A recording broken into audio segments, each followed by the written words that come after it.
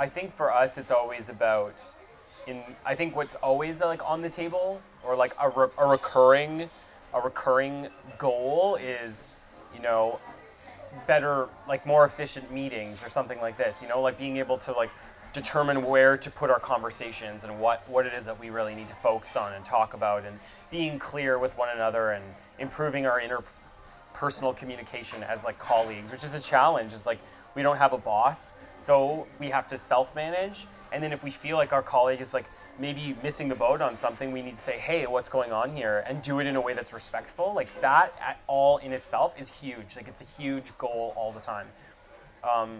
So how do you work out contention without being awful to your colleagues? And I mean, like, I'm sure this is happening in any group and any organization, the university and the student union, all these kind of places they have the same problem. But for us, it's definitely something we always have on the table as a goal.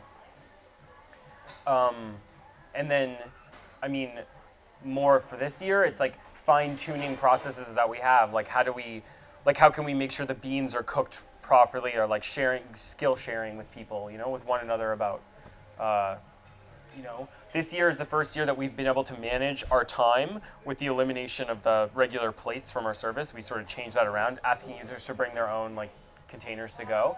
And now we're finding we're able to prepare food for the next morning, which we've never been able to do. And so that's kind of like we're seeing an improvement in our ability to organize ourselves through our own initiatives to make more space, like maybe make our environment less stressed. Like before, the cleanup was like extremely stressful.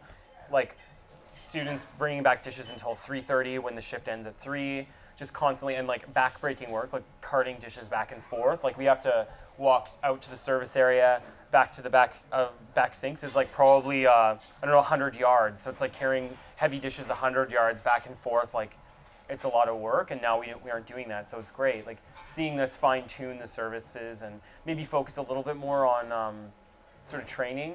This year we've seen an increase in the number of stagiaires coming from special education programs, people on the autism spectrum, people from like troubled backgrounds, like students from like high school programs, this kind of thing, you know, or visiting Sage Epson universities and showing them about what our services are. So yeah, I mean, a consistent goal is also improving our services through like better communication and skill sharing. As per like, what are our longer term goals? Like, I mean, obviously there's issues with our space and not knowing what's happening with that, not knowing what the administration's goals are for our space or what their stance is on us, and trying to like untangle some of that. We provide a service, and the university has clearly accepted that that's what's going on. In conversations with them, it's really obvious that they appreciate, or they at least acknowledge the service and what it represents for them, for the student body. But for us, we still don't know. No one's really said, yeah, you're there for good.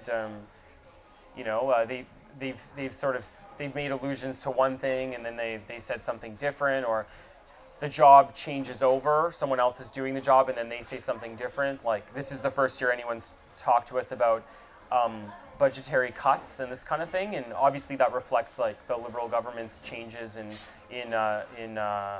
their game with public education in general.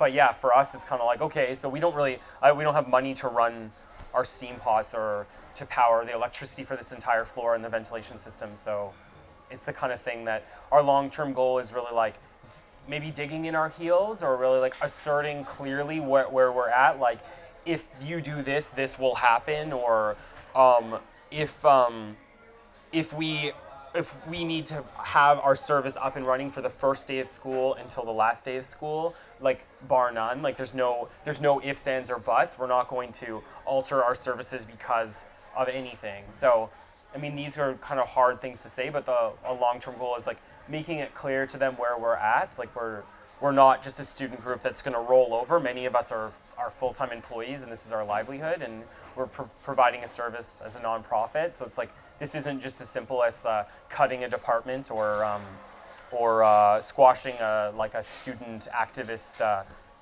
pet cause, you know. So yeah, I mean, long-term goal is asserting ourselves with space, but then also it's like, how do we engage volunteers? Like, how do how do we create an open environment, and how do we sort of fight against sexism and racism and ableism and all these other things that we're also complicit in our lives and in the way that we run our organization. How do we like tool these things and make it a space where everybody can belong, and maybe even push certain people out. Say like, you know what, there's lots of spaces that you can go. The same thing we do with our solidarity. It's someone wants us to cater like an AGM. We say, go like hire a caterer. You're offering us a $600 donation. Caterers will do that for $600. The food will be, you can even have it tailored exactly what you want. We're not gonna make a menu for you, you know. So, you know, it's the same thing with volunteers. We want to create space for people that are pushed out of other spaces. There's no space for them there, you know. So, yeah, I think that the long-term goal is challenging as well. I'm speaking off the cuff and from my own perspective too. Like some people might say, my long-term goal is all organic food. I want it to all be organic. And other people will come around and say, that's stupid.